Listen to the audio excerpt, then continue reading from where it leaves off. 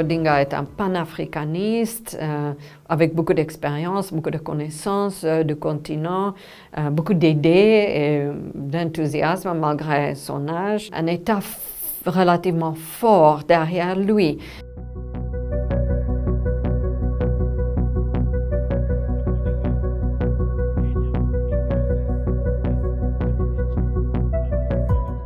Ce qu'on entend dire, c'est qu'il est soutenu par son État pour ce poste parce que, justement, pour le mettre hors d'état de nuire au Kenya.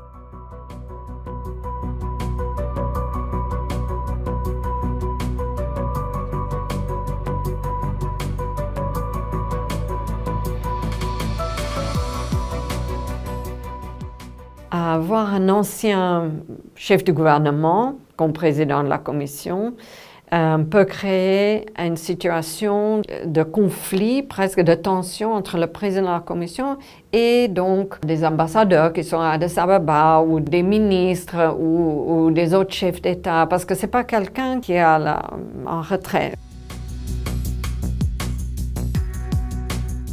C'est un diplomate chevronné qui connaît très bien ses dossiers, qui connaît très bien l'Union africaine depuis bientôt 3 décennies. Djibouti a la particularité aujourd'hui d'être vraiment au cœur de crises assez importantes sur le continent. Donc il a l'habitude d'avoir une grosse activité diplomatique dans la sous-région.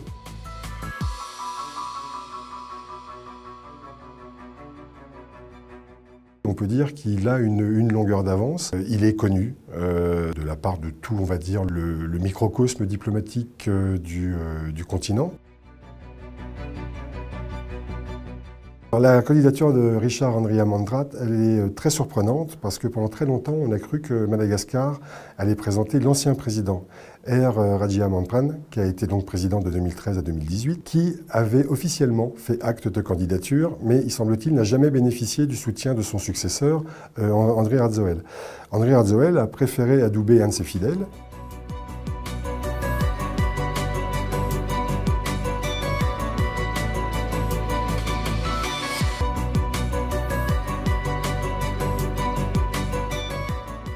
Le président Rajoelina voulait que son pays reste neutre sur cette position-là et son ministre des Affaires étrangères a pris très clairement position en soutien de l'Ukraine.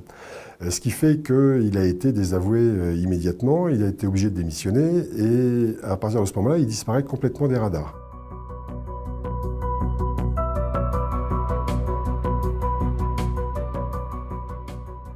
On ne l'a jamais vu tenir de position officielle sur la longueur, et notamment des positions officielles de cette envergure-là. Donc il y a une vraie question qui se pose sur ses capacités à pouvoir remplir le rôle. Neil Gayan, il est très connu dans son pays puisque c'est quand même quelqu'un qui fait de la politique depuis les années 80.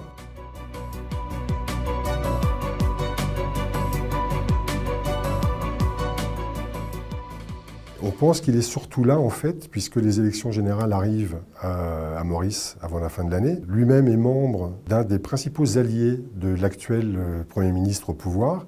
Et donc on peut penser que c'est un petit peu un cadeau qui est fait à cet allié un petit peu turbulent pour être sûr que les votes iront à la bonne personne le jour des élections.